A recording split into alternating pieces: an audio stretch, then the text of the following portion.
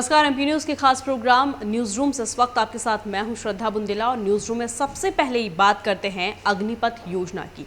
जी हां, अग्निपथ योजना के खिलाफ अब सभी दूर प्रदर्शन की जो तस्वीरें हैं वो सामने आ रही है। कई जगह ट्रेनों में आग लगा दी गई है, पत्थरबाजी की जा रही है, छात्रों के द्वारा उग्र प्रदर्शन भी किया जा रहा है। और इसी के तहत शहर में अग्निपथ परीक्षा को लेकर भागीरथपुरा रेलवे स्टेशन पर भी 300 प्रदर्शनकारी छात्रों ने जमकर उत्पात मचाया है। उन्होंने इस दौरान एक ट्रेन भी रोकी और उसे नुकसान भी पहुंचाया। हम आपको बता दें कि मौके पर बड़ी संख्या में अनेक थानों का फोर्स भी पहुंच चुका था। उपद्रव कर रहे छात्रों ने पुलिस के साथ ट्रेन पर भी भारी पथराव किया और बलवाकारियों ने कई गाड़ियां तक फोड़ दी। हम आपको बता दें कि बड़ी संख्या में रेलवे स्टेशन पर जो छात्र हैं वो पहुंच चुके थे। ट्रेन रोकने की इन्होंने कोशिश की। उसके बाद जब पुलिस को इस बात की सूचना लगी तो बड़ी संख्या में पुलिस फोर्स जो है वो भी मौके पर पहुंच चुका था। इनको समझाने की कोशिश की गई, लेकिन जब ये छात्र नहीं माने, जैसे ही पुलिस पास में पहुंचने लगी तो वैसे ही इन्होंने वहां से पत्थर उठाकर पुलिस पर फेंकना शुरू कर दिए। पुलिस ने काफी समझाने की इन्हें कोशिश की, लेकिन जब ये नहीं माने तो पुलिस ने वहां पर लाठी चार्ज कर दिया और वहां से इन्हें खदेड़ दिया। पुलिस के अनुसार भारी संख्या में छात्र यहां पर भागीरथपुरा रेलवे क्रॉसिंग पर पहुंच गए थे और इन छात्रों की योजना ट्रेन को इसी ट्रैक पर रोकने की थी।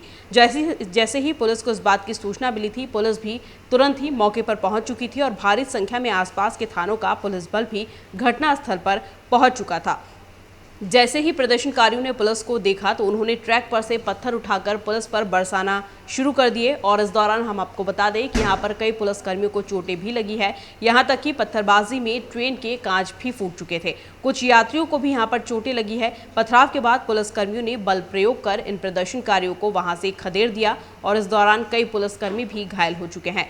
हम आपको बता दें कि इसे लेकर इंदौर में अलर्ट भी जारी कर दिया गया है। कई सारे रेलवे स्टेशन जितने भी इंदौर में है वहां पर अलर्ट जारी कर दिया गया है और पुलिस फोर्स लगा दिया गया है। काफी बड़ी संख्या में पुलिस वहां पर अब खड़ी हुई है और लोगों को समझाने की कोशिश कर रही है।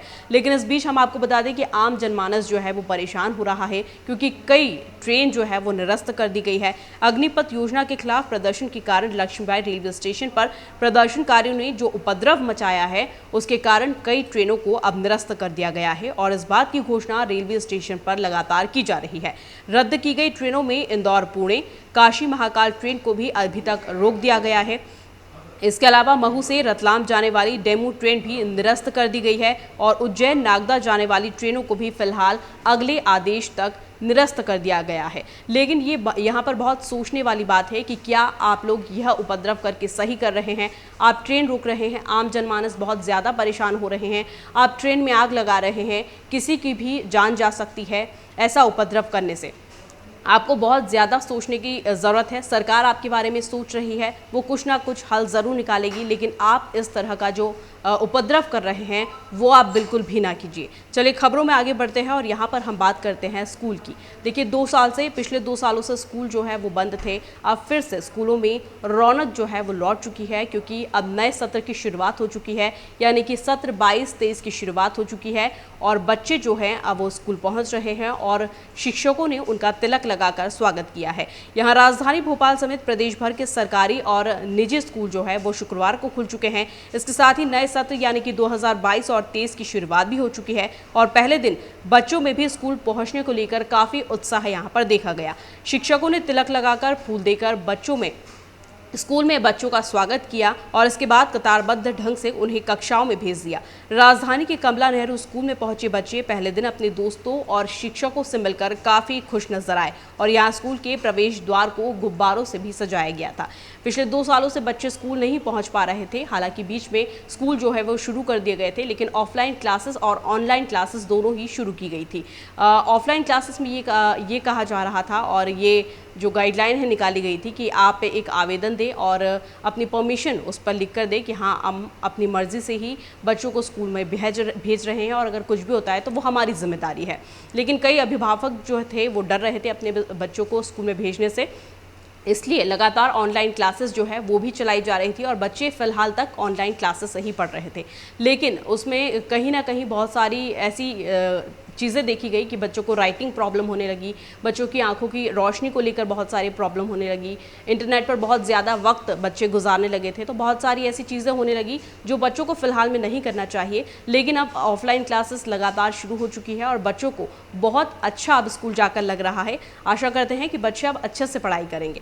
खबरों में आगे बढ़ते हैं और यहाँ हम बात करते हैं फुटपाथ की। लगातार हम फुटपाथ की जब बात करते हैं तो जहन में सिर्फ एक ही चीज़ आती है और वो ये कि फुटपाथ पर जो बेतरतीब तरीके से वाहन लोग खड़े कर जाते हैं, हम उसी की बात करते हैं। लेकिन ऐसी बात नहीं है। फुटपाथ की आज थोड़ी सी नज़ारा कुछ अलग है। देखिए, ज़िले में नगरीय निकाय और पंचायत चुनाव का बिगुल बजते ही चुनाव प्रचार भी शुरू हो चुका है और पंचायत क्षेत्र और नगरीय निकाय क्षेत्रों के लिए फुटपाथ पर अब बाजार जो है वो सज चुके हैं। यानी कि जो भी चुनाव प्रचार में सामग्री जो यूज़ होती है, जो बिकती है, जो झंडे, बैनर, पोस्टर जो भी है वो लगना शुरू हो चुके हैं।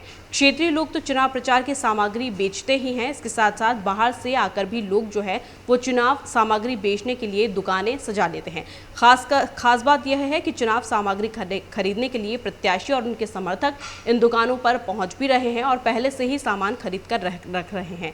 यह पूरी चुनाव सामग्री हम आपको बता दें कि दिल्ली में चुनावी की घोषणा के साथ ही छप कर तैयार भी हो जाती है और वहां से एजेंट यहां पर छोटे छोटे दुकानदारों को अपनी जो सामग्री है वो बेच देते हैं। अगर हम शिवपुरी की बात करें तो शिवपुरी में गोरखपुर से कई लोग चुनाव प्रचार सामग्री बेचने के लिए शिवपुरी आए हुए हैं और यहाँ पर फुटपाथ पर अपना जो सामान है वो लगा लिया है और जो लोग हैं यानी कि जो उम्मीदवार है या उनके जो समर्थक हैं वो लोग अब सामान खरीदने के लिए यहाँ पर पहुँच रहे हैं और कई लोगों द्वारा सामान जो है वो खरीद भी लिया गया है।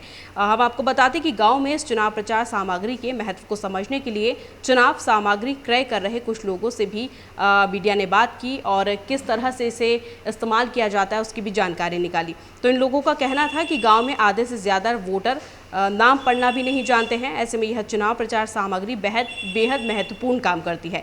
इस सामग्री का वितरण करके मतदाताओं को ये बताया जाता है कि उन्हें जो मतपत्र मिलेगा उस पर किस पर वोट डालना है या फिर वो किसका समर्थन कर रहे हैं, किस पार्टी का समर्थन कर रहे हैं। इस तरीके से उन्हें समझाया जाता है। तो चुनाव सामग्री जो होती है वो चुनाव के टाइम में बेहद महत्वपूर्ण हो जाती है ऐसे लोगों के लिए जो बहुत ज़्यादा इस मामले में ज्ञानी नहीं होते हैं। चलिए खबरों में आगे बढ़ते हैं और बात करते हैं यहाँ पर मानसून की। तो प्री मानसून की गतिविधियां जोर दिखाने लगी है और शहर में गुरुवार को सुबह से ही कड़ी धूप निकली थी, लेकिन दोपहर 12 बजे के बाद आसमान पर बादल छा गए थे। इसके बाद कई जगह पर बूंदाबांदी भी हुई है। हम आपको बता दें कि कई ज़िलों में बारिश भी हुई है और इसी के आसार जो है अब इंदौर और राजधानी भोपाल में भी देखने को मिल रहे हैं।